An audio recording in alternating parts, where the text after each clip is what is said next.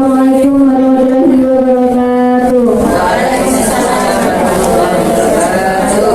Yang kami hormati Ibu Sri Admini SPD selaku Ketua PKB Kecamatan Jaten. Kemudian yang kami hormati Ibu Eni Sriwitari SPD AUD selaku Ketua Gugus Melati Kecamatan Jaten. Dan saya juga dan saya berharap seluruh anggota Gugus Melati yang sudah menyempatkan waktunya untuk menghadiri pertemuan Gugus Melati pada hari ini. Pertama-tama sebelum mulai acara hari ini, marilah kita panjatkan puji dan puji syukur kehadirat Yang Maha Esa yang telah melimpahkan segala nikmat dan karunia kepada kita semua sehingga kita berkumpul di sini dalam keadaan sehat walafiat.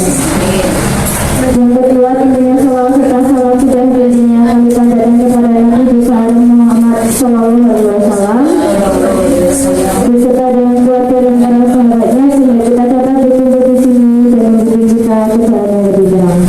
Baiklah, untuk mengakhiri waktu, saya akan membacakan susunan acara pada pertemuan Gugus Melati pada hari ini. Adapun susunan acara sebagai berikut: yang pertama adalah pembukaan, yang kedua adalah sambutan, kemudian yang ketiga inti pertemuan, yang keempat lain-lain, dan yang terakhir adalah penutup. Sebelum melanjutkan acara pada hari ini, kita mulai yang pertama. Marilah kita buka acara ini dengan membaca basmalah bersama-sama. Baiklah, untuk yang kedua adalah sambutan dari Ibu Eni Sriwitari SPD AUD selaku Ketua Gugus Melati Kecamatan Jaten. Kami persilakan. Terima kasih. Assalamualaikum warahmatullahi wabarakatuh. Waalaikumsalam warahmatullahi wabarakatuh. Yang berhormat Ketua PKB Kecamatan Jaten, yang saya punya SD, yang kami hormati segenap pengurus beserta anggota Gugus Melati. Alhamdulillah pada siang hari ini kita masih diberi beberapa nikmat, antara lain sempat sehat sehingga kita dapat bertemu lagi untuk pertemuan di TK Pertiwi Nambak Jaten. Semua sehat ya Bu? Alhamdulillah. Semoga pada hari ini yang tidak bisa hadir juga diberi kesehatan. Amin. Ibu yang kami hormati, sebelumnya kami ucapkan terima kasih pada Perseka Pertiwi Jaten 4 yang sudah memberikan tempat untuk pertemuan Gugus Melati ini. Sebenarnya ini di TKS yang 15, tapi karena ini berhubungan dengan tugas Ibu Wahyu, untuk itu sekalian di sini saya mohon izin Ibu ini. Iya, terima kasih. Ibu-ibu, ini saat ini Ibu pengawas mohon izin tidak bisa rawuh karena ada pertemuan, ya. Jadi untuk hari ini tidak bisa hadir, mungkin lain waktu insya Allah bisa hadir. Dan pesan dari Ibu pengawas, mudah-mudahan untuk Gugus Melati selalu jaya dan ini nanti selalu pertemuan dapat berjalan dengan lancar. Itu doa dari Ibu pengawas. Amin.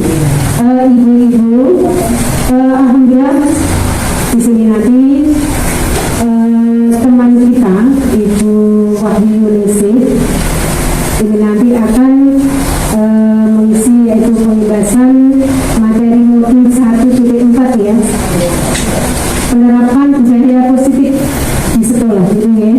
Jadi mudah-mudahan ini nanti teman-teman ini nanti tertular ya dari Ibu Wahyu, semuanya nanti bisa CPD semuanya.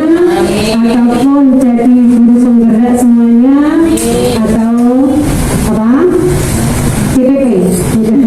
Alhamdulillah pada hari ini di gugus kita dari teman kita yaitu Bu Vita ini tidak bisa hadir karena juga baru mengikuti proses CPP. Alhamdulillah di gugus Melati ini banyak ya, yang CPP banyak ya. Alhamdulillah, semoga semuanya nanti bisa CPP semuanya.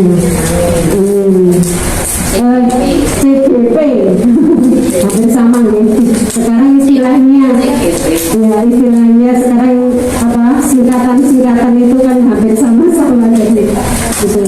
Kemudian yang kedua ini hanya mengingatkan kita semuanya untuk RKAS nih, tadi udah RKAS semua sudah nih, sampun yang belum saya ini tinggal karena saya tadi ke Korea semua tidak ada, jadi itu nih mudah-mudahan semuanya berjalan dengan lancar, amin.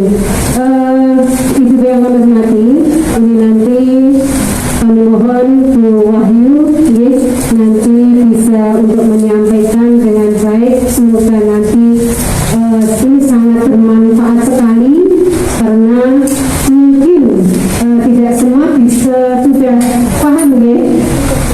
Jadi nanti dengan adanya pengisian dari Bu Wahyu ini nanti semoga semuanya untuk menambah ilmu, menambah wawasan, dan kita ini pasti ada manfaatnya. Jadi sekali lagi nanti Ibu Wahyu mohon untuk pengisian, dan yang kedua nanti kami mohon untuk dari Ketua PKG untuk memberi sambutan untuk teman-teman kita. Ibu yang berhati, kami kira dari saya sudah sekian. Ada salah, kami mohon maaf yang sebesar-besarnya. Wassalamualaikum warahmatullahi wabarakatuh. Waalaikumsalam. Saya kembalikan kepada pengacara. Terima kasih. Terima kasih atas sambutannya dari Ibu Eni Srinitari. Baiklah, untuk sambutan yang kedua akan diberikan oleh Ibu Sri Admini SPG selaku Ketua PKG.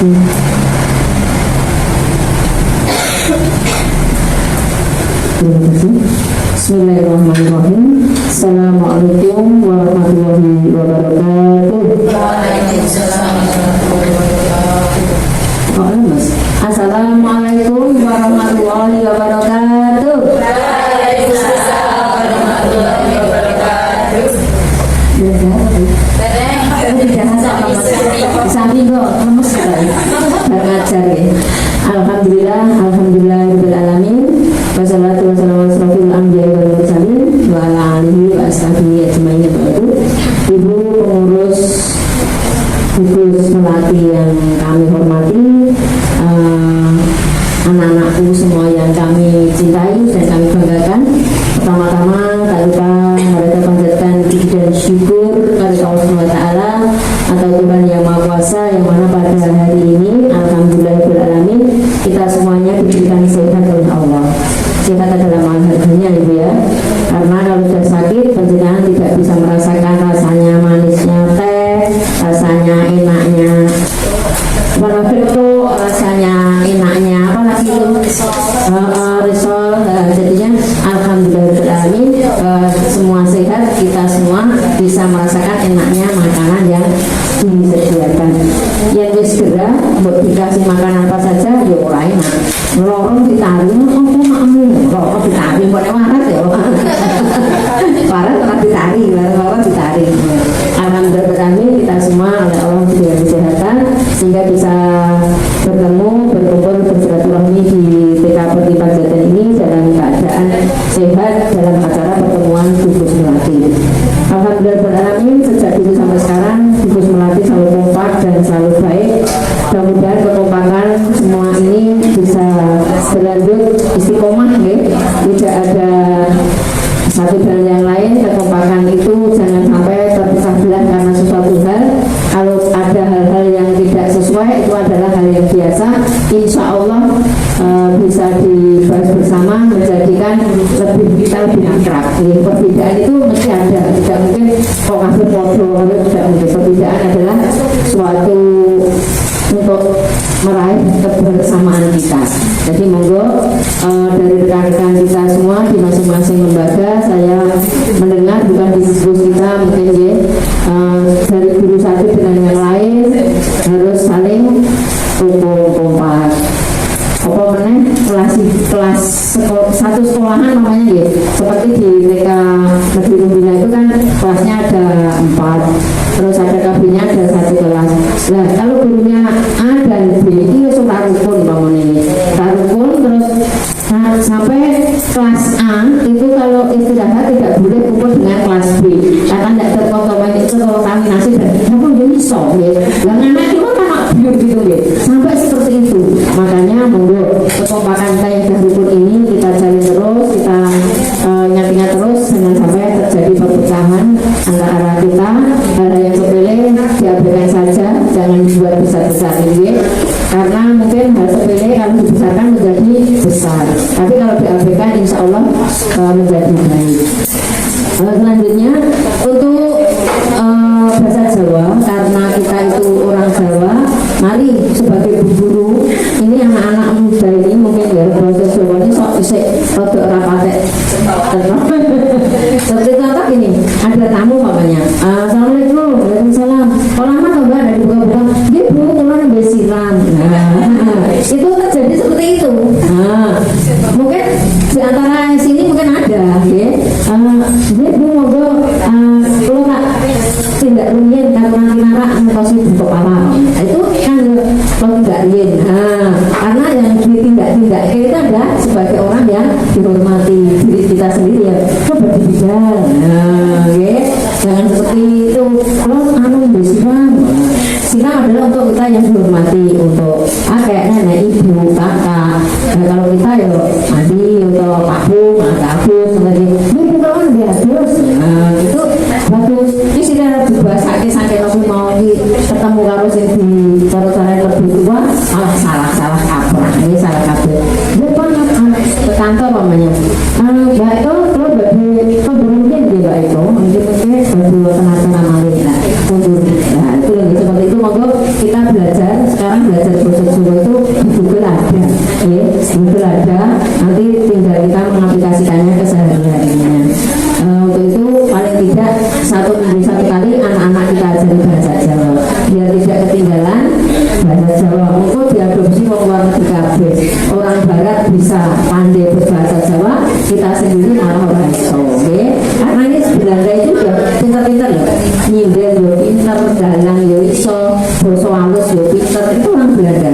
Banyak sekali yang sudah belajar di Indonesia dari orang-orang barat. Monggo untuk bahasa Jawa kita urui karena bahasa kita orang sendiri awak dhewe sing urui sinten. Nggih. Itu yang perlu kami hadirkan. Mudah-mudahan adanya calon guru penggerak ini di lingkungan kita di Kudus Melati ini menjadi semakin baik, semakin maju, semakin kreatif dan tidak gaptek. Insya Allah tidak ya kalau terjadi itu ramai gaptek. Sing gaptek sing foto. Itu yang perlu kami sampaikan. Kurang lebihnya mohon maaf. Assalamualaikum warahmatullahi wabarakatuh.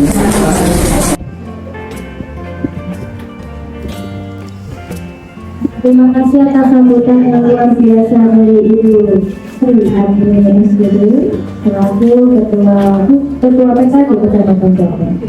Baiklah, untuk acara berikutnya yaitu inti pertemuan yang akan diisi oleh Ibu Wahyuningsi. Tepuk tangan ya semuanya.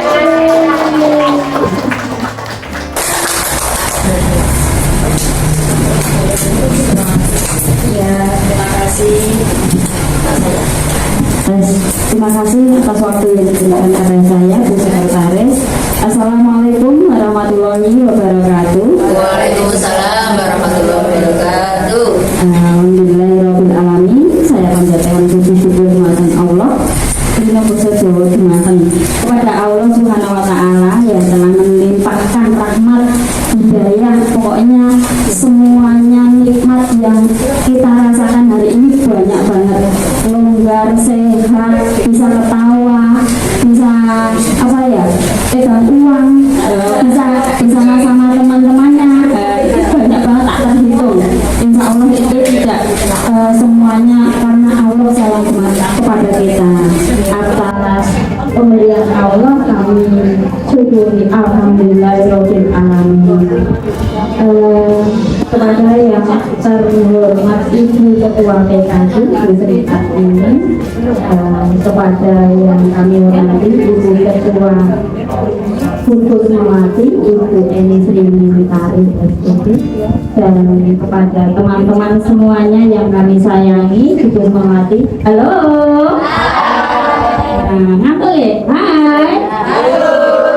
Kelihatannya Bu Melati belum punya gel. Apa ya? Melati. Misal inovasi gimana Bu? Berkreasi atau inovasi itu? Melati. Berinovasi. Berinovasi. Melati. Berinovasi. Oh iya, terima kasih. Semangat ya. Karena di Melati ini banyak sekali muda-muda generasi penerus guru yang masih cering-cering. Jadi mungkin inovasinya masih cering juga gitu ya. Terima kasih. Kami mohon maaf, saya pribadi mohon maaf sebelumnya. Saya berdiri di sini bukan bermaksud untuk mengajari atau menggurui. Kita berproses sama-sama dulu ya. Jadi kita belajar bareng-bareng. Saya sharing. Jadi saya saling apa yang saya ketahui saya berbagi. Nanti kita belajar bareng-bareng. Nanti gitu ya. Kami sesuai dengan tugas CGP calon pimpinan saya sudah sampai di modul titik 4000. Jadi kami untuk memenuhinya kami harus menyampaikan apa yang sudah kami terima semampu saya. Nanti akan saya terima akan saya sampaikan tentang materi modul 1.4 yaitu penerapan budaya positif ya. Saya mengimbaskan apa yang sudah saya pelajari sesuai kemampuan saya ya. Pengimbasan budaya positif di sekolah apa itu ya, coba kita lihat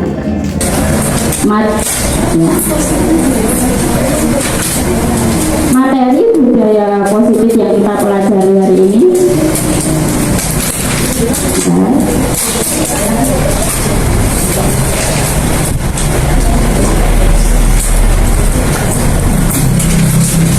Materinya bebas.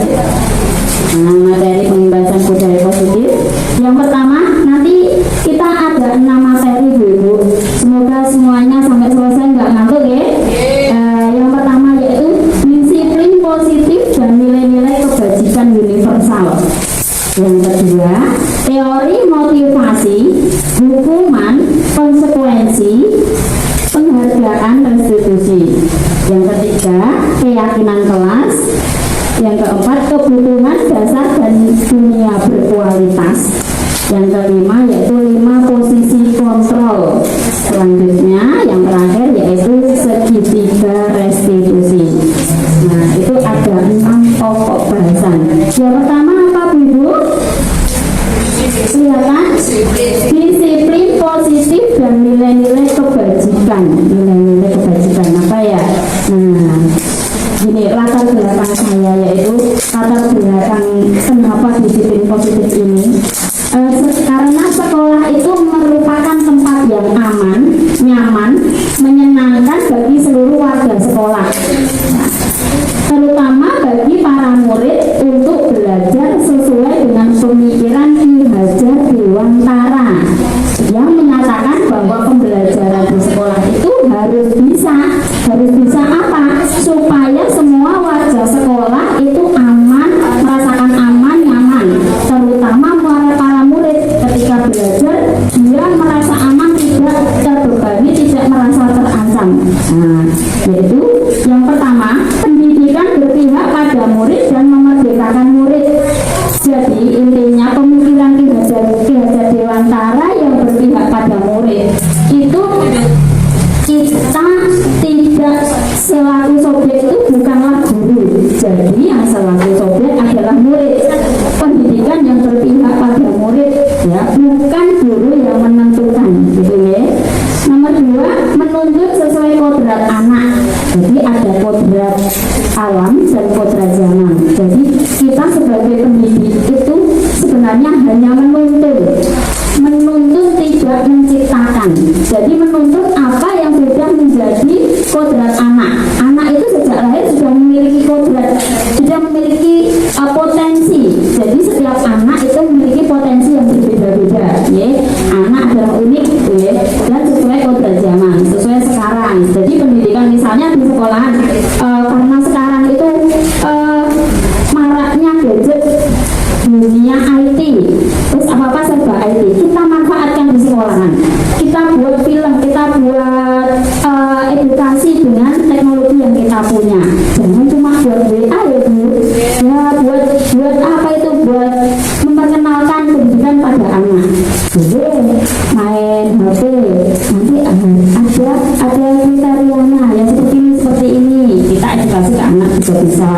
Dengan mulainya kita memberikan edukasi dengan IT tersebut kepada anak. Misalnya di sekolah nggak punya proyektor, nggak apa-apa pakai HP.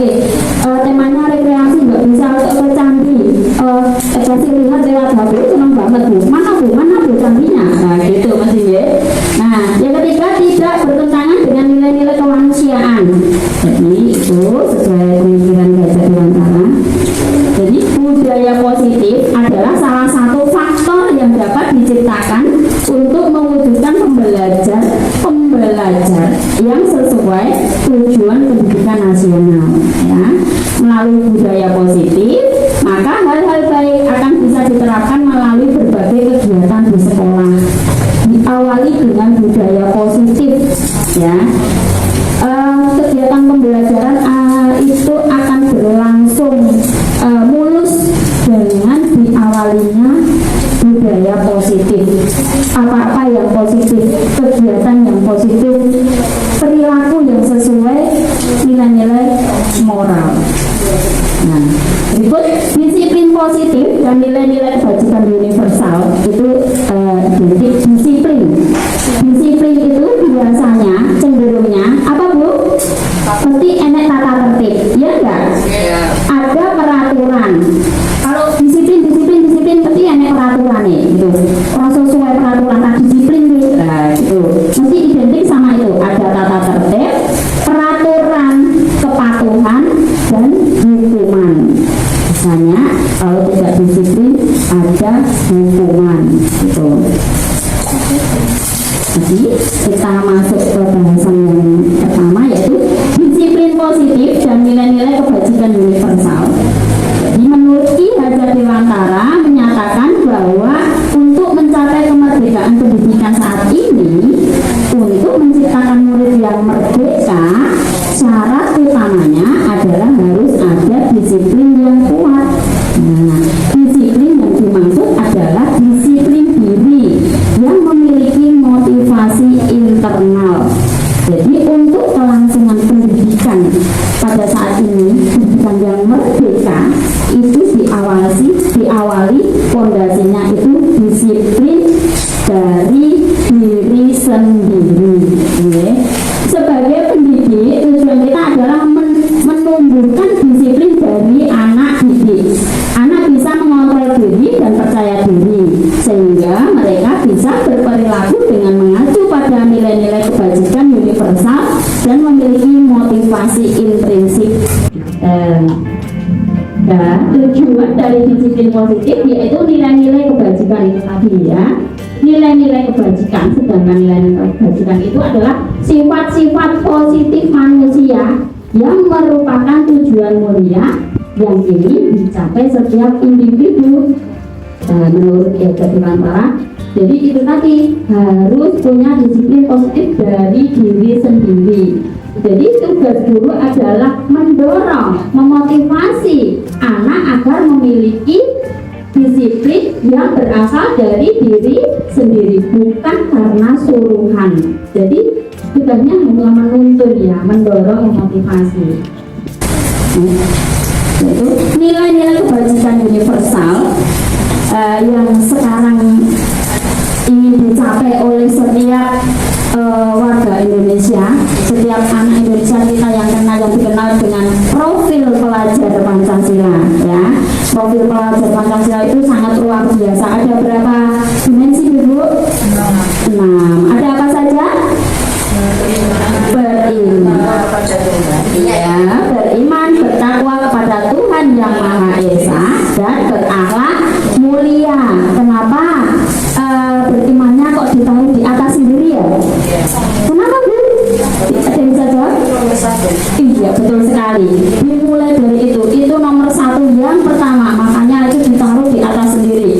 Jadi akhlak mulia itu segala-galanya. Yang pertama fondasi. Yang kedua yaitu mandiri. Ya, mandiri. Yang ketiga bernalar kritis. Selanjutnya berkebinekaan global, bergotong royong, dan kreatif. Nah itu tadi profil pelajar Pancasila yang sangat luar biasa.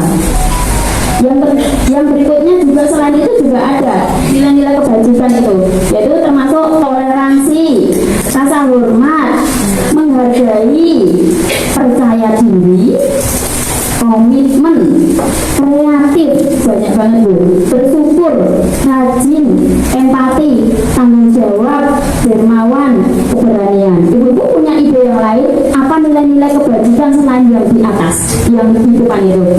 Apa Bu? Nilai-nilai kebajikan selain itu ada? Coba punya ide enggak? Oke, suka membantu bisa. Gotong royong aja deh. Iya, sama. Iya, jujur. Banyak banget, ya banyak banget nilai kebajikan itu. Toleransi, rasa hormat. Sekarang itu sudah zamannya, tak tahu ya, era digital. Jadi kemungkinan nilai kebajikan itu bisa terkikis karena pengaruh-pengaruh yang tidak kita inginkan, pengaruh-pengaruh dari dunia IT, setan kotak. Tugas kita adalah jadi dunia itu dalam genggaman ya. Jadi apapun bisa dilihat lewat setan kotak itu. Jadi tugas kita adalah menanamkan nilai-nilai kebajikan universal kepada dimulai dari diri sendiri, berikutnya di lingkungan sekolah.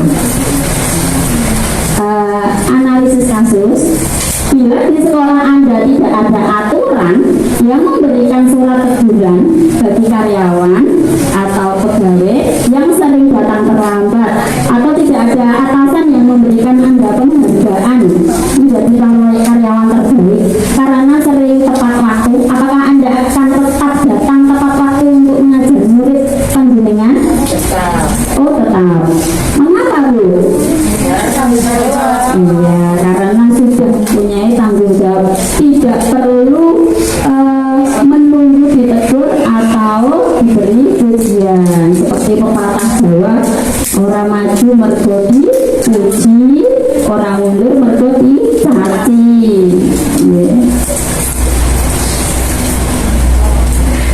Yang kedua ini yaitu teori motivasi, hukuman, konsekuensi, dan restitusi.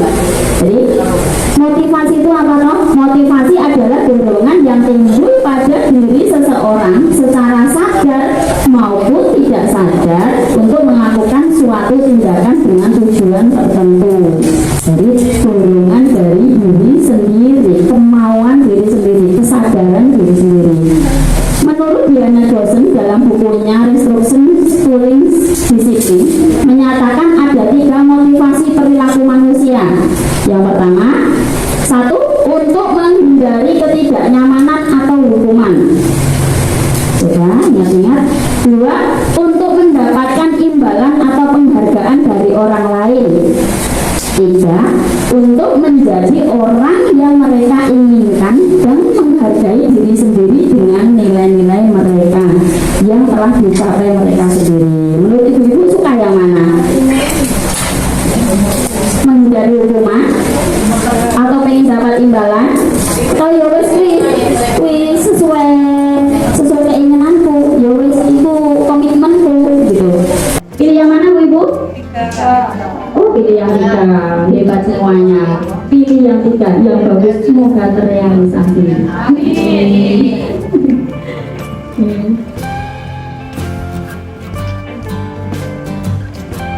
Analisis kasus lagi, itu tadi sudah menurut Anda dari ketiga jenis tadi tersebut 3 jenis tersebut yang manakah yang saat ini banyak mendasari perilaku murid-murid di sekolah. Tadi jawabnya panjenengan pilih yang nomor oh ya 3. Misalnya pilih yang nomor 1 nggak apa-apa, aku lebih dihukum, tapi ya ujung-ujungnya disiplin, tapi disiplinnya belum tentu positif. Ya, teori motivasi hukuman tadi. Selanjutnya, tindakan terhadap suatu pelanggaran pada umumnya berbentuk hukuman atau konsekuensi. Jadi, penjenengan perso antara hukuman dan konsekuensi. Menurut penjenengan apa Bu? Di benak penjenengan, hukuman itu apa?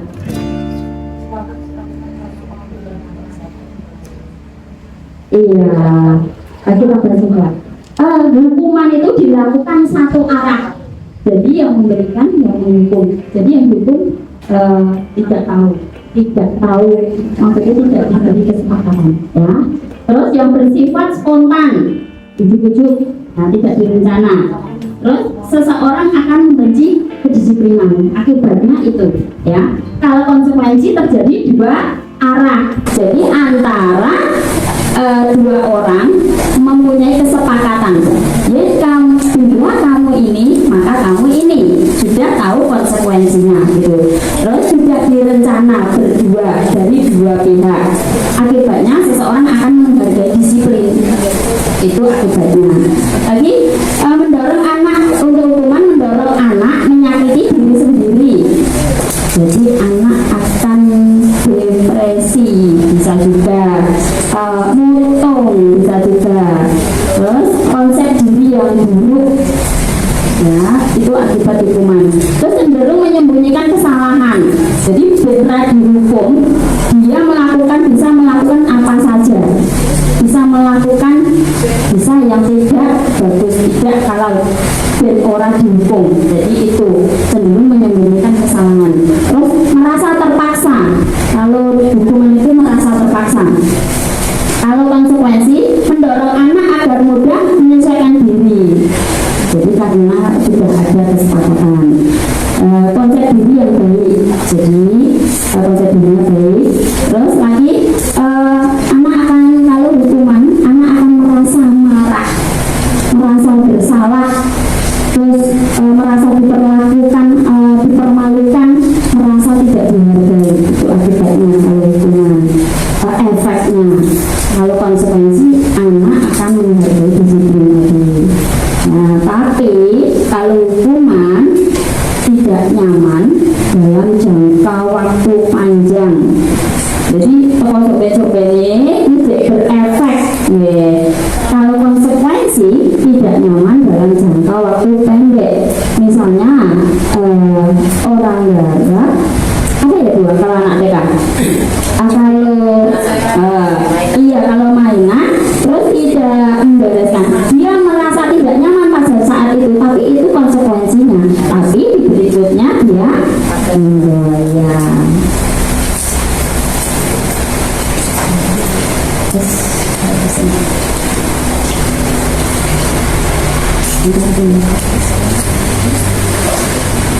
Misalnya pembahasannya. Nah, ini analisis kasus.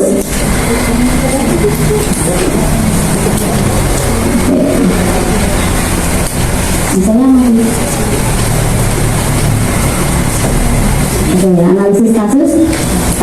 Coba ibu-ibu tebak semuanya ya. Nomor 1, sengaja tidak saya jawab.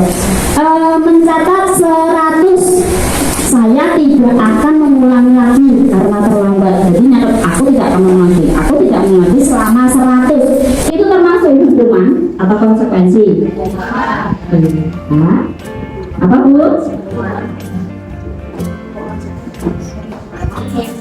Kalau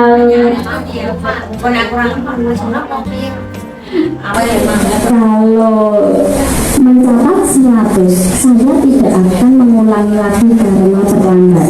Itu adalah konsekuensi dulu. Nah, ya, yang kedua, lari mengelilingi lapangan basket karena terlambat. Hukuman tidak harus berupa fisik ya Ibu ya. Jadi psikis juga bisa. Jadi termasuk hukuman. Murid diminta push up, hukuman. Jadi mendoktrin ya fisik. Misalnya terlambat, token push up. Jadi dia yang diingat-ingat hukumannya itu, dia tidak dibangun untuk supaya tidak terlambat, gitu ya. Yang dibangun itu supaya tidak terlambatnya, bukan hukumannya, ya. Terus lagi menggantikan kertas tugas teman yang dirobeknya, konsekuensi. Pintar ibu hebat. Membersihkan tumpahan air, konsekuensi akibat yang dilakukan, itu konsekuensi. Penghargaan itu apa ya? Menurut Alficon, Panis dari Web 1993, wawancara ASDC Annual Conference Maret 1995 mengemukakan bahwa penghargaan maupun hukuman adalah cara-cara mengontrol perilaku seseorang yang menghancurkan potensi untuk pembelajaran yang sesungguhnya. Menurut Kon, secara ideal, tindakan belajar itu sendiri adalah penghargaan sesungguhnya. Nah, menurut Kon itu secara ideal kegiatan belajar itu adalah penghargaan sesungguhnya, ya menurut Kon. Dari Alficon ini, menurut panjenengan apa? Jadi penghargaan hukuman itu bagus bukan? Bagus enggak? Ya, tidak bagus, belum bagus. Jadi hukuman tadi tidak mendidik anak untuk mempunyai disiplin positif dari diri sendiri. Selanjutnya juga mengemukakan beberapa pernyataan dari hasil pengamatannya selama ini tentang tindakan memberikan penghargaan yang nilainya sama dengan menghukum seseorang. Selama ini kita itu sering memberikan penghargaan, tapi ternyata penghargaan itu sebagai hukuman. Kok bisa ya Bu? Kok bisa ya? Nah, coba penghargaan tidak efektif. Kenapa? Jika kita memberikan seseorang suatu penghargaan untuk melakukan sesuatu, maka kita harus terus-menerus memberikan penghargaan itu jika kita ingin orang tersebut meneruskan perilaku yang kita inginkan. Nah, contohnya, pripun Bu? Kok orang efektif? Mboten jenengan pripun? Iya, betul. Bintang maka kita akan mengerjakan, begitu ya, benar sekali. Jadi kita memberikan penghargaan itu ternyata itu berupa hukuman. Jadi tidak membangun anak, ya. Kalau kita ngiming-ngimingi, untuk tak kayak iki, jadi gue gara iki. Untuk tak kayak iki, jadi gue mengerjakan iki. Ya, itu penghargaan itu ternyata tidak efektif. Jadi jika kita menggunakan penghargaan lagi dan lagi, maka orang tersebut akan bergantung pada penghargaan yang diberikan tersebut. Nah, begitu, serta kehilangan motivasi dari dalam diri. Mergone melakukan itu karena ada iming-imingnya. Ya, karena ini ada imbalannya. Penghargaan merusak hubungan. Nah, ketika seseorang diberi penghargaan atau dipuji di depan orang banyak, maka orang lain akan merasa iri. Nah, dan sebagian dari mereka akan tidak menyukai yang diberikan penghargaan tersebut. Jadi bisa menimbulkan kecemburuan sosial. Nah, penghargaan mematikan kreativitas. Apa ya Bu? Murid-murid diminta berpikir mengenai hadiah atau penghargaan yang bisa mereka dapatkan bila berhasil melakukan sesuatu. Jadi kreativitas kelompok murid-murid ini menjadi berkurang dibandingkan dengan yang tidak diberitahukan tentang hadiah yang bisa diterima. Jadi ya diiming-imingi tadi. Jadi kreativitasnya anak itu berkurang. Jadi yo manut kaya sing diiming-imingi, sing wis dijanjikan tadi. Dan penghargaan menghukum. Kenapa ya Bu? Memberikan penghargaan dan hukuman adalah hal yang sama gitu. Jadi penghargaan ternyata yang kita lakukan, saya sendiri dulu itu kemarin itu ya sok gitu deh. Jadi aku tak bintang, ayo garap saya, aku lagi kok bintangnya piro? Bintang 4, ayo garap saya, nanti ayo beresin mainan gitu. Nanti dapat bintang gitu, biasanya gitu. Ternyata itu berupa hukuman. Jadi tidak timbul dari diri sendiri, kreativitasnya berkurang, tidak menimbulkan kreativitas pada anak gitu. Berikutnya kita restitusi. Tadi penghargaan, tadi hukuman, penghargaan, restitusi.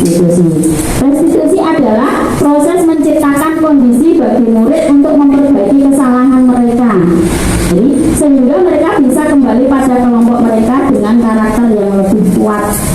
Jadi motivasi yang kita berikan, dorongan yang kita berikan itu bisa menimbulkan disiplin positif dari diri sendiri, kesadaran dari diri sendiri. Terus mereka bisa kembali ke kelompoknya masing-masing yang semula.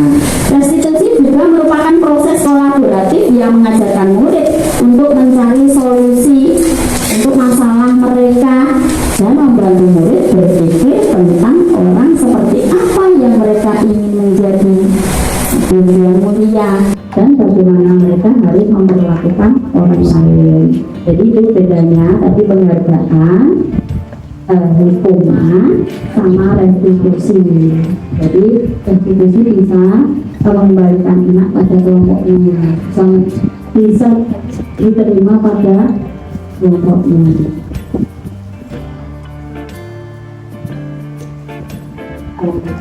Kita yang nomor 3 ya, keyakinan kelas. Jadi nilai-nilai keyakinan kelas itu apa ya? Halo, sebentar Kak Bu. Halo, Bibi. Ada si hukuman tadi ada contohnya. Iya. Sing ada contohnya. Sing restitusi tadi contoh aja apa? Ya, restitusi kalau kita anak ya misalnya melakukan kesalahan, kita ada komunikasi. Kesalahan apa ya? Yang kita perbuat, aku pernah loh melakukan kayak begitu. Misal terlambat ya, ditanya, kamu tadi terlambat. Ibu juga pernah terlambat begitu. Jadi apa yang dilakukan ya? Oh, biar tidak terlambat, biar bisa diterima. Apa yang dilakukan biar diterima di tempat di lingkungan sekitar, biar tidak malu. Apa yang dilakukan ya? Ini waktu dari pagi, ini waktu besok terlambat. Jadi kita lebih pendekatan. Iya, pendekatan dari dan memberi motivasi, gitu ya. Misalnya ada yang melakukan kesalahan, jadi restitusi itu ada yang melakukan kesalahan, di apa ya, dicin temani, disendirikan temani, sendiri temani. Terus kita memberi motivasi, membangun dia. Aku pernah melakukan kayak gitu. Nanti kita bahas sedikitnya ya. Keyakinan kelas. Nah, nilai-nilai keselamatan atau kesehatan inilah yang kita sebut sebagai suatu keyakinan, yaitu nilai-nilai kebajikan universal yang disepakati secara tersirat dan tersirat, lepas dari latar belakang suku, negara, bahasa maupun agama. Seseorang akan lebih bergerak dan bersemangat untuk menjalankan keyakinannya daripada hanya sekedar mengikuti serangkaian peraturan tertulis tanpa makna. Itu keyakinan kelas. Jadi bedanya peraturan sama keyakinan lebih halus. Sepakati bersama. Betul. Keyakinan itu disepakati bersama. Jadi murid-murid, anak-anak diberi peraturan sama dibuat keyakinan kelas lebih enak, lebih nyaman dengan keyakinan kelas. Contohnya untuk kelas ini ya, saya lanjutkan dulu. Murid-murid pun demikian, mereka perlu mendengarkan dan memahami arti sesungguhnya tentang peraturan-peraturan yang diberikan. Apa nilai-nilai kebajikan di balik peraturan tersebut? Apa tujuan utamanya? Dan menjadi tidak tertarik atau takut sehingga hanya sekedar mengikuti serangkaian peraturan-peraturan yang mengatur mereka tanpa memahami tujuan mulianya. Jadi keyakinan kelas itu kesepakatan bareng. Kalau saya di sekolah kesepakatan kelas, keyakinan kelas, ayo kesepakatan kita apa kalau belajar nanti ada yang duduk jari, doa Bu, apalagi orang lari-lari Bu. Jadi keyakinan kelas nanti bisa disepakati bareng-bareng. Jadi tidak satu pihak. Nah ya, tidak lari-lari di kelas Bu. Apa ya? Kesepakatan kita apa ya? Belajar sampai selesai Bu, ada yang ngomong-ngomong begitu ya. Berikutnya, keyakinan kelas bersifat lebih abstrak daripada peraturan yang telah rinci dan konkret, lebih nyata. Keyakinan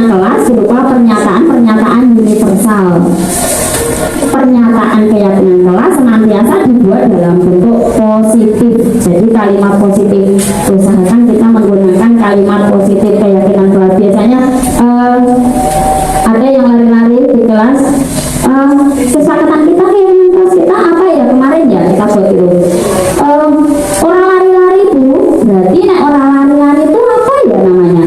Jalan Bu, betul. Jadi kita menggunakan kalimat positif di kelas berjalan. Terus maem ora berantakan Bu, maem ora mayu-mayu, maem ora bicara.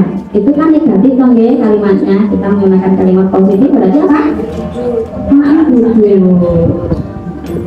Maem yang tertib begitu. Jadi kita membuat keyakinan kelas. Keyakinan kelas sudah. Keyakinan kelas sebaiknya sesuatu yang dapat diterapkan di lingkungan tersebut. Jadi dengan sesuai dengan lingkungan. Semua warga kelas hendaknya ikut berkontribusi dalam pembuatan keyakinan kelas lewat kegiatan curah pendapat. Jadi anak-anak itu diminta pendapat. Jadi bukan guru ya, guru cuma memancing memberi pertanyaan pemantik saja. Jadi anak-anak nanti akan ngomong sendiri.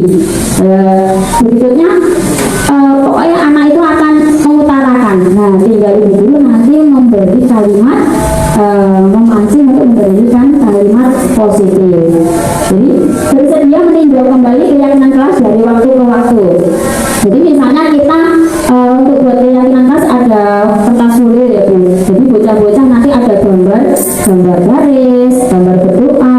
Untuk keyakinan kelasnya apa ya? Baris itu ditempel. Nanti ada kertas folio atau dulu sementara nulis di papan tulis dulu nggak apa-apa. Keyakinan kelas kita apa? Jadi buat kesepakatan bareng-bareng. Jadi intinya kesepakatan bareng-bareng bukan peraturan dari guru sehingga anak-anak nanti timbul dari dalam diri sendiri bukan karena peraturan paksaan. Jadi maka terus setiap kali bisa kita tinjau ulang, kita ulangi. Mungkin keyakinan kelas kemarin sudah tidak efektif, jadi kita tinjau lagi, kita ulangi lagi, kita refresh lagi. Selalu anak kecil itu kan selalu dibeteni toh nggih, enggak sekali kayak SMA. Jadi sekali beri peraturan, sekali membuat akan terus kayak kemarin gitu nek bocah cilik itu mesti kudu dibeteni sampai memakai sepatu wiwe ya bener ayo pakai sepatu dengan apa itu tidak di halaman kan kakinya kotor, ayo taruh tas di tempatnya, bereskan mainannya.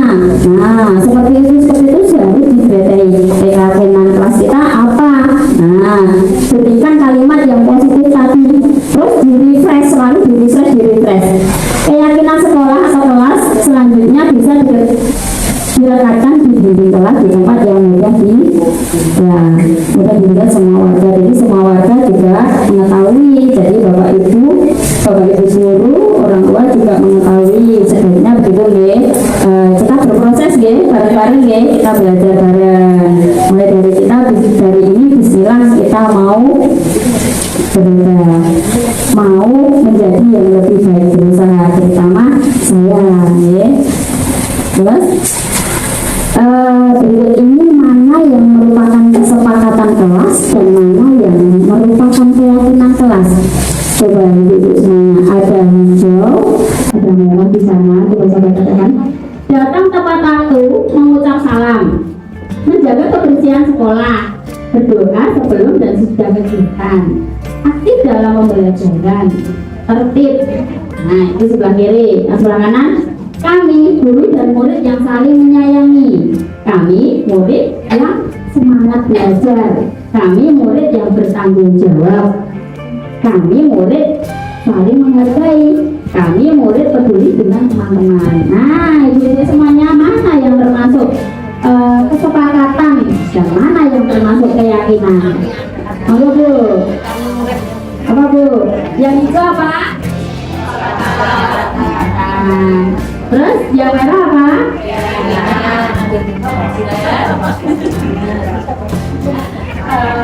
Oke, ibu itu hebat semuanya. Ternyata cerdas ya, cerdas. Ya nanti saya kirim. Oke, 4 kebutuhan dasar manusia. Ada selanjutnya ada kebutuhan dasar manusia itu ada berapa?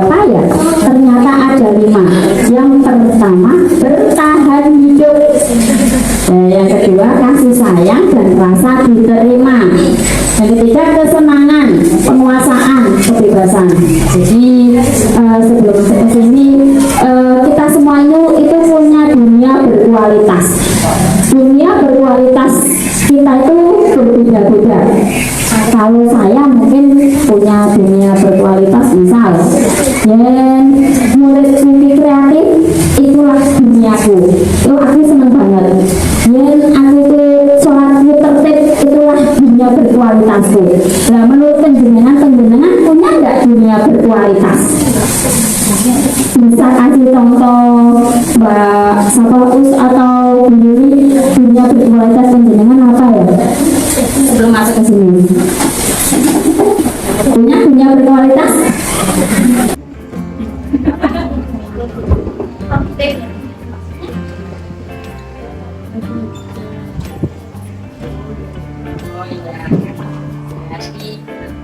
Aktif, kreatif, produktif, semacam itu ya. Terus penjaringan apa Bu?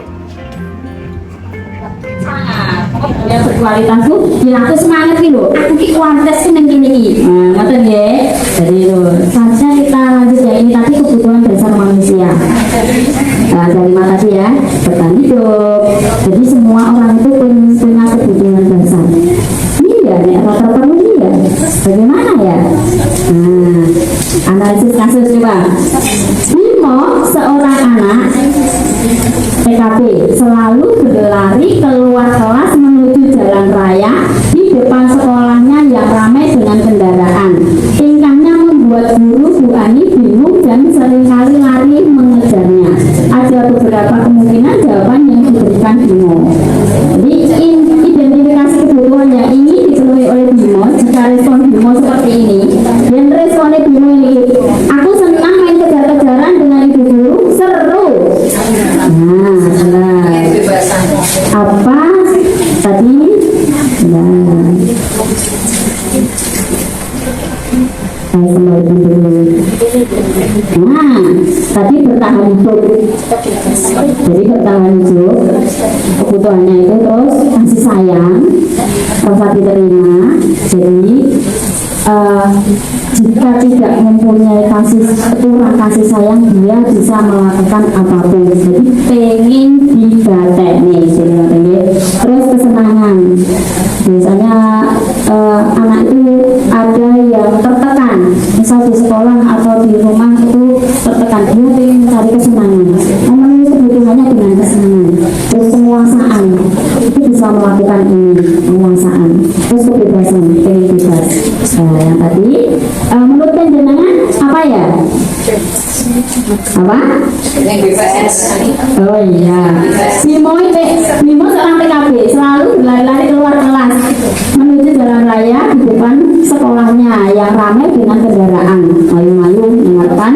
Terus tingkahnya membuat guru bingung. Iya. Oh ya, pengen kasih sayang. Terus oh iya, iya perhatian. Dan ketika jawabannya aku senang main kejar-kejaran dengan ibu guru, seru. Nah, berarti kesenangan, seru, nyenengke. Nah, berarti ini merupakan kesenangan. Jadi analisis kasus lagi, coba ya Bu. Tahun ini Dimas genap berusia 17 tahun. Ia senang sekali ketika ayahnya mulai mengajarkan cara menyetir mobil. Setiap akhir pekan ia berlatih menyetir. Ia terlihat senang sekali berlatih sampai akhirnya ia bisa menyetir mobil dengan baik dan lancar. Ketika ibunya bertanya pada Dimas, apa yang membuat dia ingin bisa menyetir mobil? Ketika jawabnya Dimas seperti ini, coba bukan apa ya? Menyetir mobil itu seru. Menurut penjelasan apa? Iya, bisa kesenangan, tapi lebih tepatnya penguasaan. Semulanya dia tidak bisa menyetir mobil, kok bisa menyetir mobil, berarti apa? Penguasaan. Oke, tepuk tangan untuk ibu semuanya.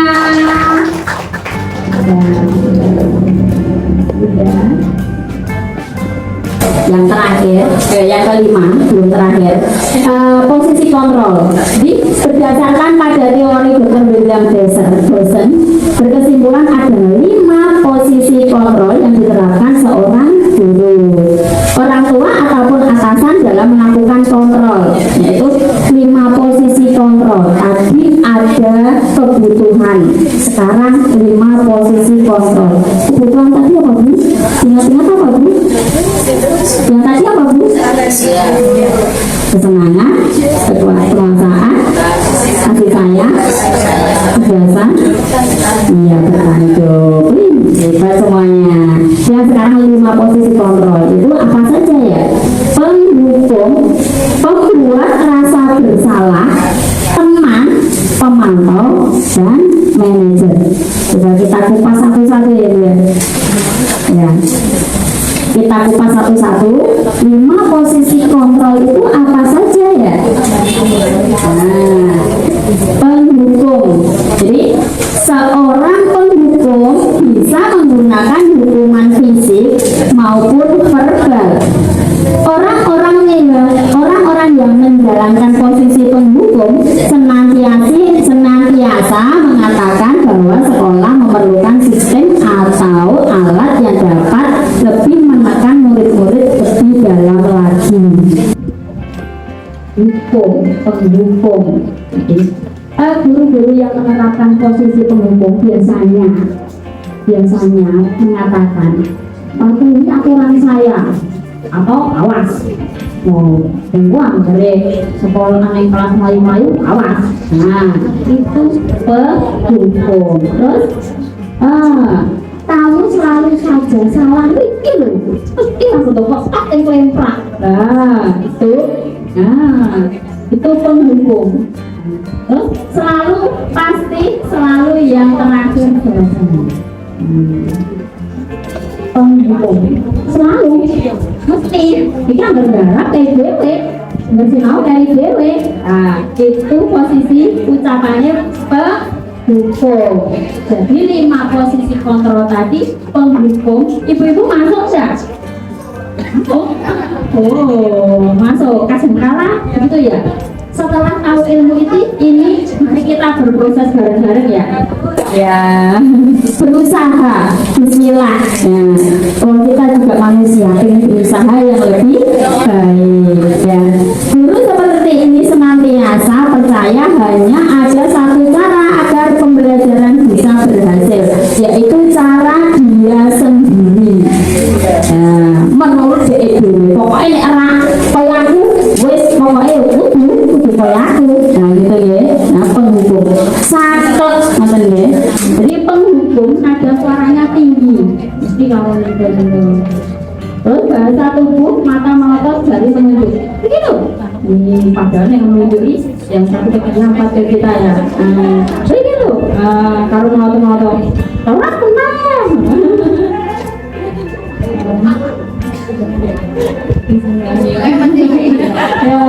Pulang kita asik sekali. Bapak ya Bu ya.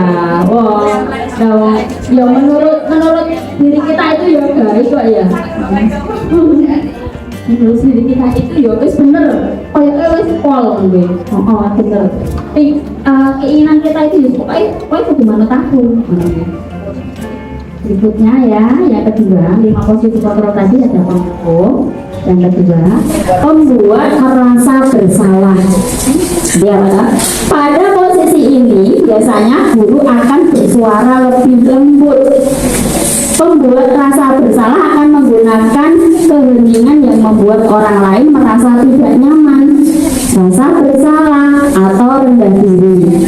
Nah, biasanya kata-kata yang diucapkan, ibu sangat kecewa sekali denganmu. Terus aku dulu loh, kalau awakmu, nah begini kecewa, kamu itu ore-orean ini ngorote, kecewa. Nah, berapa kali bapak harus memberitahukan kamu, kespiro yo, seandainya kok gak duduk. Sudah berulang kali. Saya kasih tahu kenapa masih saja begini. Jadi yang ketiga, gimana coba kalau orang tua kamu tahu berbuat begini bagaimana? Terus kalau kamu misalnya berbuat salah, itu tidak sopan, apa perasaan orang tua kamu? Maka orang tuamu akan bagaimana? Jadi posisi ini, posisi guru ini membuat merasa bersalah, dan murid akan memiliki penilaian diri yang buruk tentang diri mereka.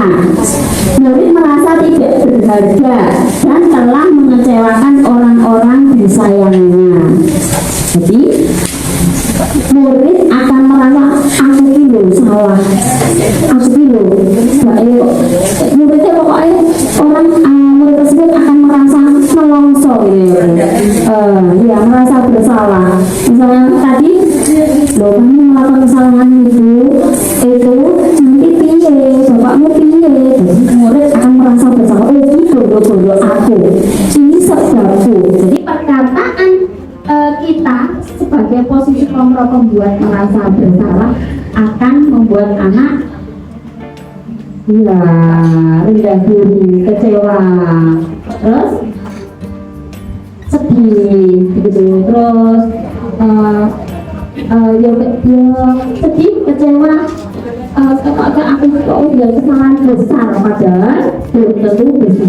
Jadi posisi pembuat merasa bersalah ini bagaimana Ibu? Pernah? Tidak apa-apa, kita berproses bareng-bareng ya, kita nanti berusaha berubah bareng-bareng. Jadi misalnya kalau ini kerjaanmu nggak rapi, jadi bagaimana? Jadi sedih loh, wis kerja, wis mengantar kamu sekolah. Nah, contohnya begitu bahasanya sehari. Jadi anak akan merasa bersalah. Yang kedua itu tadi. Yang ketiga, posisi teman. Nah, posisi teman. Guru pada posisi ini tidak akan menyakiti murid. Nah, namun akan tetap berupaya mengontrol murid melalui persuasi. Posisi teman pada guru bisa negatif atau positif. Jadi posisi kontrol ini sebagai teman. Biasanya guru ini bisa mengatakan, ayo bantulah jadi bapak ya, pokoknya akrab banget, pokoknya guru menjadi seorang teman, bantu guru ya, ayo ingat tidak bantuan bapak selama ini, ingat toh, ya sudah, kali ini tidak apa-apa, nanti ibu bantu bereskan. Jadi semu cenderung ke memanjakan dikit ya, jadi posisinya sebagai teman, pokoknya dianggap bocah teman, jadi tidak ada kesenjangan bahasanya datar, jadi bersikap seolah-olah menjadi teman. Pernah ibu semuanya? Pernah. Oh iya pernah. Terus menurut ibu-ibu posisi teman ini sudah benar apa enggak ya? Sudah benar. Tapi coba kita lihat selanjutnya ya. Posisi teman tadi ada posisi penghukum, kita naik rating. Posisi penghukum, posisi apa lagi? Merasa bersalah. Posisi apa lagi? Teman. Ya. Pemantau ya, pemantau berarti mengawasi pada saat ini. Mengawasi pada saat ini, kita mengawasi, kita bertanggung jawab atas perilaku orang-orang yang kita awasi. Posisi pemantau berdasarkan pada peraturan-peraturan dan konsekuensi memantau ya. Dengan menggunakan sanksi atau konsekuensi, kita dapat memisahkan hubungan pribadi kita dengan murid. Sebagai seseorang yang menjalankan posisi pemantau, biasanya mengucapkan kata-kata, misalnya contohnya mengucapkan kata-kata ini, ayo peraturannya apa ya, jadi kita mantau, ayo peraturannya apa ya, pakai seragam Bu, nah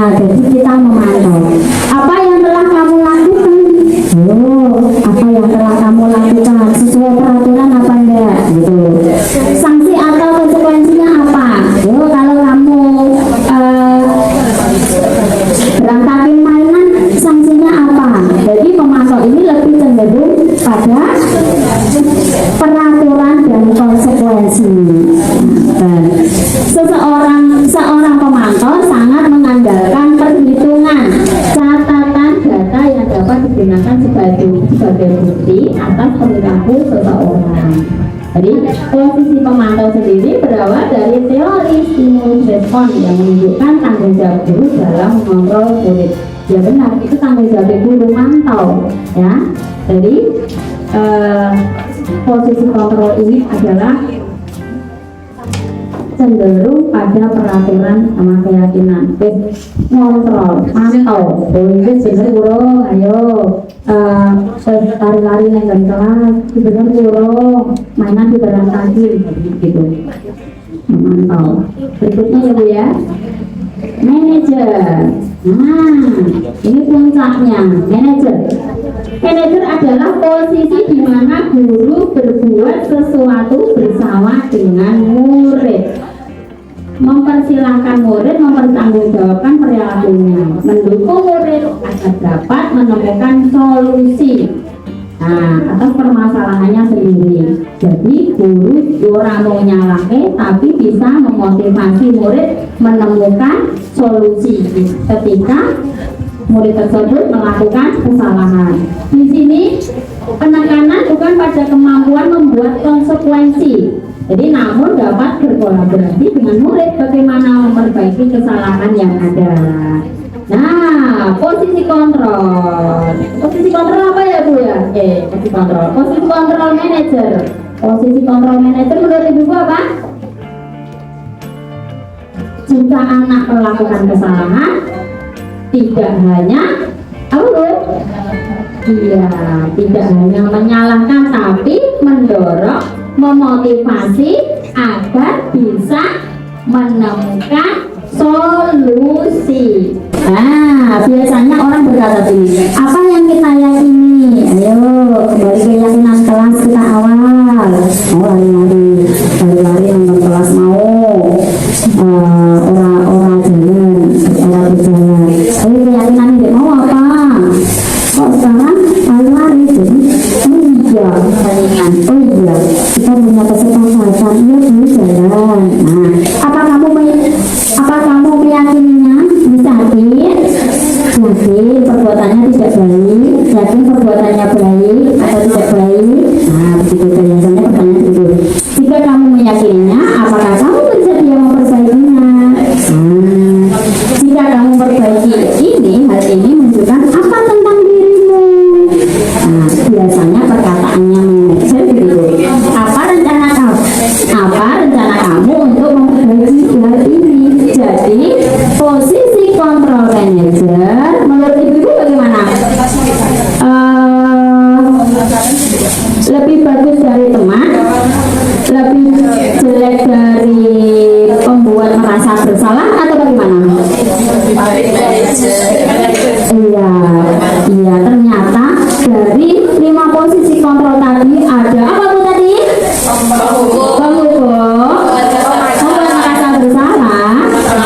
Iya, terus iya, manajer. Ternyata yang kita lakukan kemarin jadi teman, sebagai teman pada murid kita, sebagai merasa bersalah, ternyata ada posisi kontrol yang lebih baik, yaitu posisi manajer. Jadi posisi manajer itu bisa menemukan kesalahan, mengetahui kesalahan, terus bisa mengetahui kesalahan anak bisa menyadarinya, lalu bisa mendorong, memotivasi anak agar bisa memperbaikinya, bisa menemukan solusinya. Orang mau wakon nyalah nih, itu ya.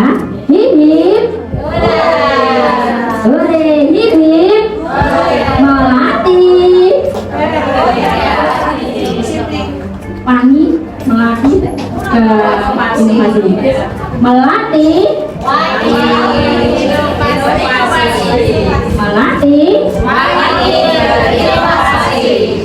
insya Allah bismillah berinovasi menjadi kemajuan hidup kita ya. Ternyata dari sekarang mari kita belajar bareng-bareng untuk menjadi yang lebih baik. Itu tadi 5 posisi kontrol. Berikutnya tugas seorang manajer bukan, ini lanjutnya, tugas seorang manajer bukan untuk mengatur perilaku seseorang, Nah, kita memberi murid untuk dapat mengatur dirinya. Seorang murid bukannya memisahkan murid dari kelompoknya, tapi mengembalikan murid tersebut kelompoknya dengan lebih baik dan kuat. Bisa jadi dalam praktik penerapan disiplin sehari-hari kita akan kembali ke posisi teman atau pemantau karena murid yang ditangani belum siap diajak berdiskusi atau diundang melakukan SPPD. Gak apa-apa, kita sebagai teman tidak apa-apa. Yang 5 posisi kontrol itu semuanya baik menurut saya, kecuali satu yang harus dihindari. Apa Bu? Pendukung, betul sekali. Baik teman, baik merasa bersalah itu masih bisa kita lakukan, tapi ada yang lebih baik. Kalau kita bisa melakukan yang lebih baik, maka tidak ya. Namun perlu disadari tujuan akhir dari 5 posisi kontrol seorang guru adalah pencapaian posisi manajer. Jadi seorang manajer yang tadi hanya menyalahkan toh, tapi juga memberikan solusi. Nah, dimana posisi inilah murid dapat menjadi pribadi yang mandiri. Efeknya, jika kita menerapkan posisi manajer, murid menjadi mandiri, merdeka, bertanggung jawab atas segala perilaku dan sikapnya, yang pada akhirnya dapat menciptakan lingkungan yang positif, nyaman, dan aman. Jadi manajer ini biasanya suaranya tulus dari dalam hati, bahasa tujuannya tidak kaku, karena kedekatan dengan anak, kedekatan dengan anak bisa membangun anak menemukan solusi. Berarti kan dia mempunyai bahasa yang bagus, bukan berarti bahasa yang bagus yang kritik, tapi apa ya, ya sesuai dengan yang diinginkan anak, sehingga anak motivasinya sangat bisa terbangun. 6 posisi kontrol ya. Sekarang ya 6 segitiga restitusi. Sudah ada Ibu, boleh disambi? Oh, sudah habis. Boleh, nggak apa-apa. Nanti ronde ketiga berikutnya. Nah, segitiga restitusi ini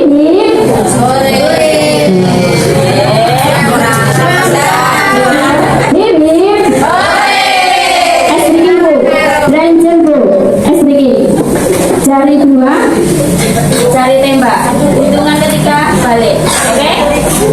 1, 2, 3, 1, 2, 3, 1, 2, 3, berlompat-lompat, jalan kelinciku, telinganya bergerak selalu, suaranya mana?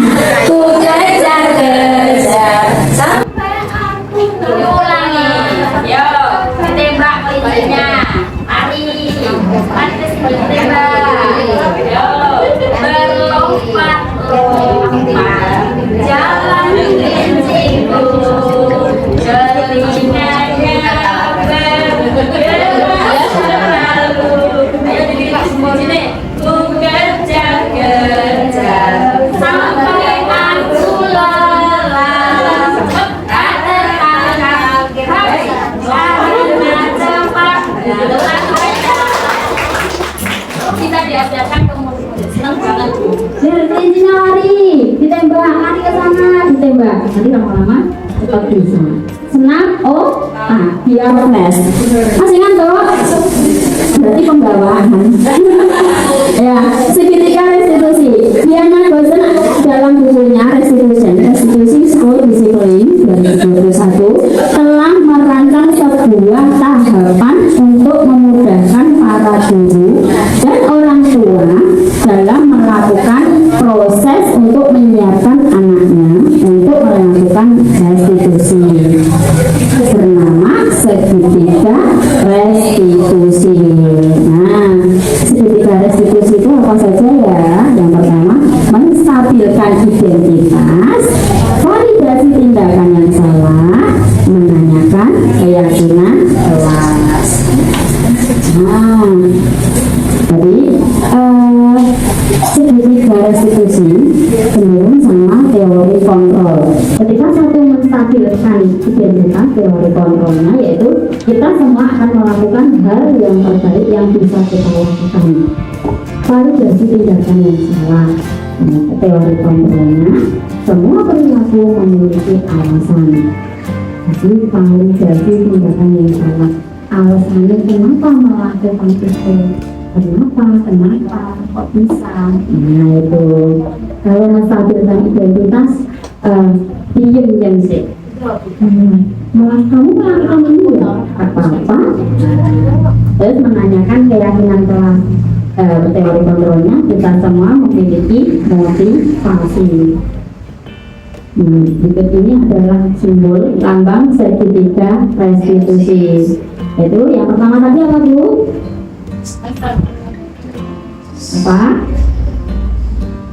Apa? Menstabilkan identitas, terus validasi tindakan yang salah, tadi yang terakhir menanyakan keyakinan. Jadi stabilisasi identitasnya baru divalidasi, ditekoni kenapa bisa begini, bisa begini. Yang ketiga baru menanyakan bagaimana ya seharusnya, gitu ya. Terus menstabilkan identitas untuk membuat anak yang merasa gagal karena berbuat salah menjadi positif terhadap dirinya. Guru perlu berkata, berbuat salah itu manusiawi, gak apa-apa. Nah, kamu datang terlambat ya, gak apa-apa, aku dulu pernah loh, gak apa-apa. Nah, pertama itu dulu ya. Terus tidak ada manusia yang sempurna. Tapi Bapak Ibu juga pernah loh berbuat seperti itu, berbuat salah seperti itu. Nah, itu adalah menstabilkan identitas ya. Lagi bisa berkata juga kita pasti bisa menyelesaikan permasalahan ini, tenang saja ya, itu bisa kok. Nah, biar stabil dulu. Bapak Ibu tidak tertarik mencari siapa yang salah. Ini adalah segitiga restitusi hebatnya itu. Yang pertama itu adalah menstabilkan identitas dulu. Jadi tidak perlu mencari siapa yang salah. Terus Bapak Ibu ingin mencari solusi dan permasalahan ini. Kamu berhak merasa begitu, gak apa-apa. Kamu boleh kok nangis, gak apa-apa. Apakah kamu sudah menjadi teman yang baik buat dirimu sendiri? Bisa berkata gitu. Kalau kamu menanyakan dirimu sendiri terus-menerus, apakah kamu bersikap baik pada dirimu sendiri? Kalau kamu menyalahkan dirimu sendiri terus, apakah nanti akibatnya baik? Nah, langkah segitiga restitusi yang pertama apa Bu? Menstabilkan identitas. Karena ini asing, menurut saya itu asing. Apa toko enek disiplin positif segitiga restitusi. Nah, ternyata ini luar biasa. Bentuknya segitiga. Yang pertama langkahnya adalah menstabilkan identitas. Berikutnya validasi tindakan yang salah. Jadi membantu siswa mengenali basic dari kebutuhan, basic needs, kebutuhan yang ingin dipenuhinya ketika melakukan kesalahan itu. Pada dasarnya setiap tindakan manusia tujuannya adalah memenuhi basic needs, memenuhi kebutuhan. Apakah itu kebutuhan bertahan hidup, kasih sayang, dan rasa diterima, kesenangan, penguasaan, atau kebebasan. Nah, itu basic needs. Tujuannya adalah untuk memenuhi kebutuhan bertahan hidup, kasih sayang, rasa diterima, kesenangan, penguasaan, dan kebebasan tadi. Nah, di posisi ini kita sebagai guru bisa berkata, padahal kamu bisa melakukan yang lebih buruk dari ini ya, tapi kamu tidak melakukan kan? Ya kan? Jadi bisa yang lebih buruk dari ini divalidasi kemudian. Jadi kamu tidak melakukannya, oke? Nah, kamu pasti punya alasan mengapa melakukan ini. Jadi kita bisa mengajukan pertanyaan dengan anak begini. Kamu patut bangga pada dirimu sendiri karena kamu telah melindungi sesuatu yang penting buatmu. Nah, lagi kamu boleh mempertahankan sikap itu, tapi kamu harus menunjukkan sikap yang baru. Jadi itulah segitiga restitusi yang kedua, bisa dengan pertanyaan pemantik, pernyataan dan pertanyaan pemantik seperti itu. Jadi divalidasi tindakannya sih salah. Ini jadi selalu melakukan yang lebih salah. Tadi apa toh? Maukah kamu belajar cara lain untuk mendapatkan yang tanpa harus memukul. apa kamu bisa melakukan dengan lebih baik lagi? Itu validasi tindakan ya salah. Yang pertama tadi apa Bu? Menstabilkan identitas, distabilkan identitasnya dari orang kerja. Nah, terus divalidasi tindakannya. Apa-apa, ini berarti yo, kamu juga buat yang seperti itu masih lumrah. Terus menanyakan keyakinan kelas. Nek wis begitu, terus ditanyakan keyakinan kelas. Anak melihat kesalahannya dihubungkan dengan norma sosial, nilai-nilai yang mendasari manusia terinteraksi dengan orang lain dan keyakinan kelas atau keluarga. Yang terakhir adalah menanyakan keyakinan kelas. Nek wis distabilkan, nek wis di apa tadi Bu? Validasi, terus menanyakan keyakinan kelas. Distabilkan. Contohnya distabilkan tadi berangkat terlambat tadi ya. Gak apa-apa, dulu pernah kok berangkat terlambat. Gak apa-apa. Terus kedua, kamu kok bisa terlambat? Bagaimana ya? Apa ya yang harus dilakukan biar gak terlambat? Jadi, apa Bu? Ya Bu? Yang pertama apa? Menstabilkan validasi. Ya. Terus yang ketiga menanyakan keyakinan kelas. Bisa bertanya seperti ini. Apa yang kita percaya sebagai kelas atau keluarga?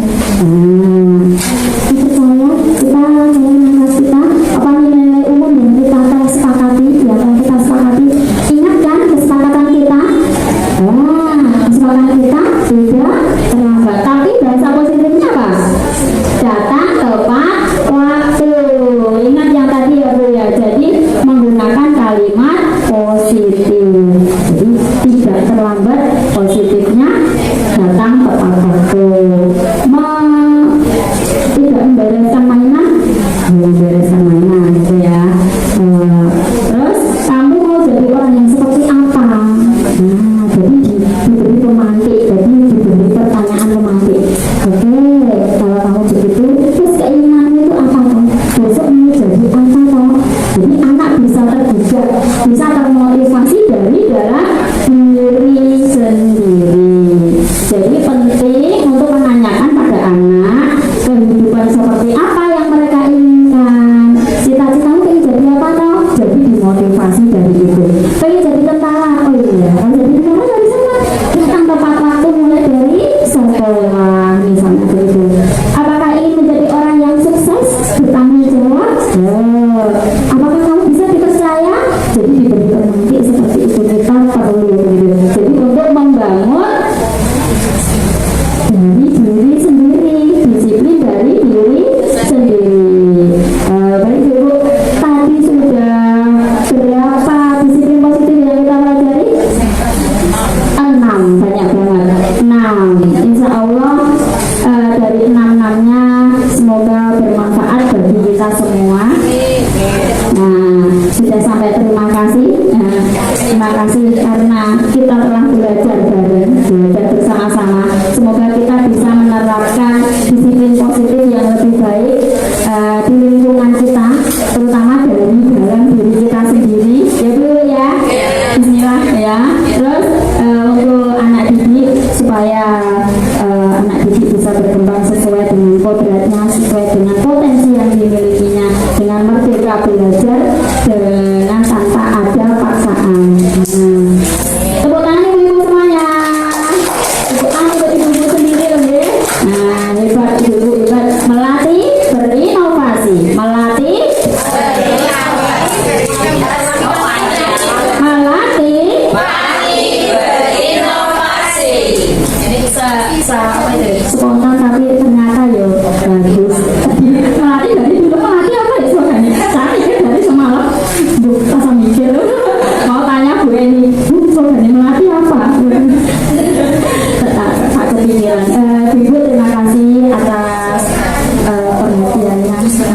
karena telah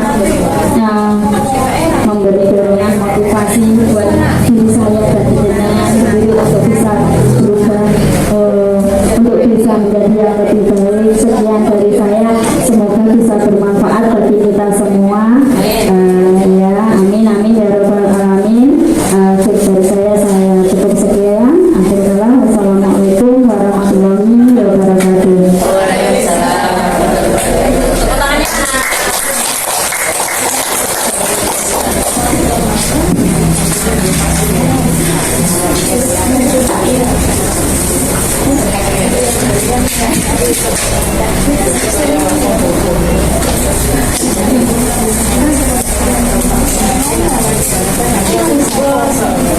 Ya, terima kasih atas isian dari Ibu Wahyuningsih yang sudah berbagi ilmu yang sangat luar biasa.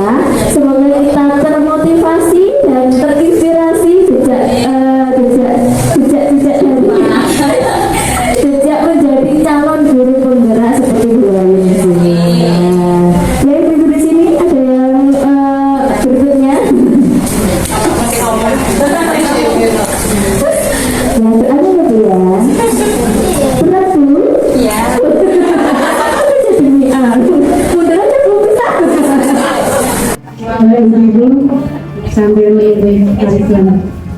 Saya ucapkan terima kasih Bu Wahyu, sangat bagus sekali dan kami bangga untuk Wahyu. Mudah-mudahan nanti selanjutnya ada berjalan dengan lancar, sukses dan lulus sebagai guru penggerak, nanti langsung mendapat SK. Ingin apa Bu? PNS. Pengen tidak Bu? Pengen.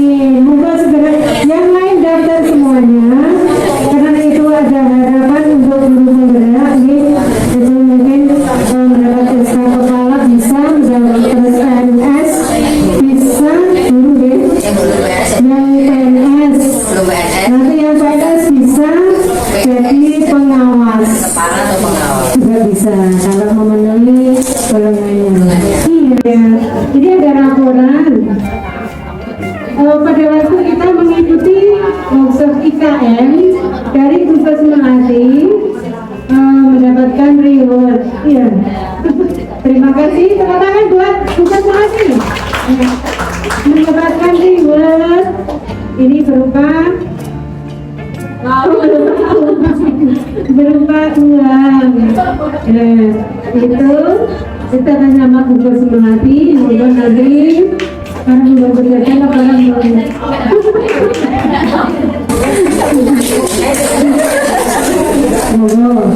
Nanti ini berapa? Oh, 150 biar dengar semuanya. Buat ini bukit lagi. Pesertanya berapa kemarin? Nggak tahu. Pokoknya kemarin ada Tugas Melati gitu deh. Banyak sekali. Ya udah besok tinggal piknik gitu aja.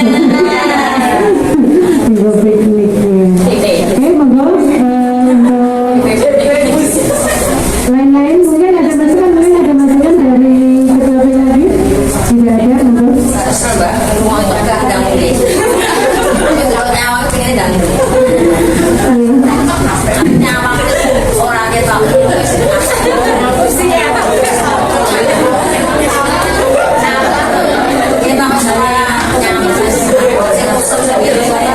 Baiklah, untuk acara berikutnya adalah sebelum memasuki penghujung acara, izinkan saya mengucapkan terima kasih dan permintaan maaf sekiranya ada kata-kata yang salah, baik yang disengaja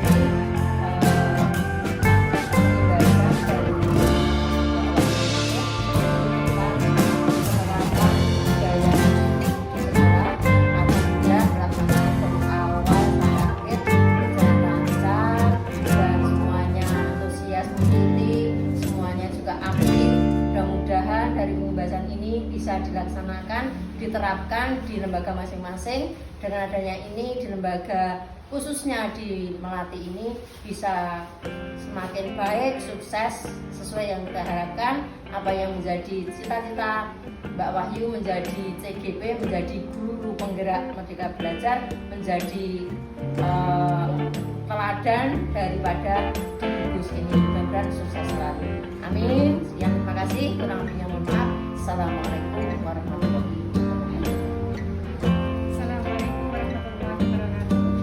Nama saya Bu Eni Sri Mentari, saya Gus Melati. Di sini tadi saya sudah mendengarkan pemaparan dari Bu Wahyu yang sangat antusias dan sangat bagus sekali. Tadi untuk menyampaikan dan pembahasan materi penerapan budaya di sekolah. Tadi dalam penyampaian Ibu Wahyu sangat mantap sekali. Jadi ini perlu dicontoh oleh teman-teman semuanya. Dan ini dari teman-teman mudah-mudahan nanti bisa untuk memotivasi sehingga teman-teman ini nanti banyak yang berminat untuk mengikuti guru penggerak, dan ini nanti dari guru penggerak ini semoga nanti dapat berhasil, dan Wahyu ini nanti di dalam menyelesaikan guru penggerak nanti dapat berjalan dengan lancar, sukses, dan pokoknya apa yang diharapkan tercapai. Dan pesan kami mudah-mudahan dari termotivasinya teman-teman itu nanti semuanya akan menjadi guru penggerak sehingga khususnya dari Gus Melati ini bisa maju dan sukses. Terima kasih. Assalamualaikum warahmatullahi wabarakatuh. Assalamualaikum warahmatullahi wabarakatuh. Perkenalkan, saya Ines Wisniawati. Saya adalah dari TKS yang 15 Senen.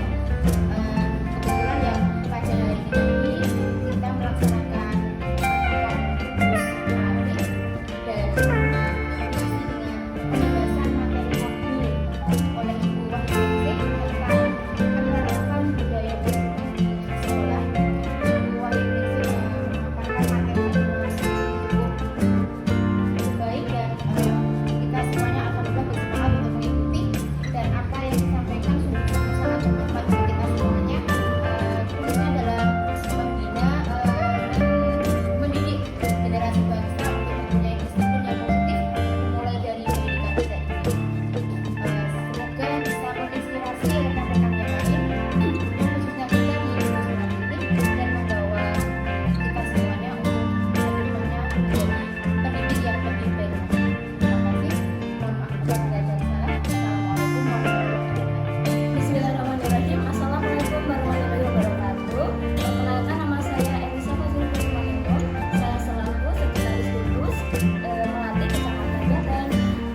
Kami dari Gugus telah melaksanakan dari penerapan yang dilakukan oleh Ibu Wahyu mengenai pengembangan materi tentang penerapan budaya positif di sekolah.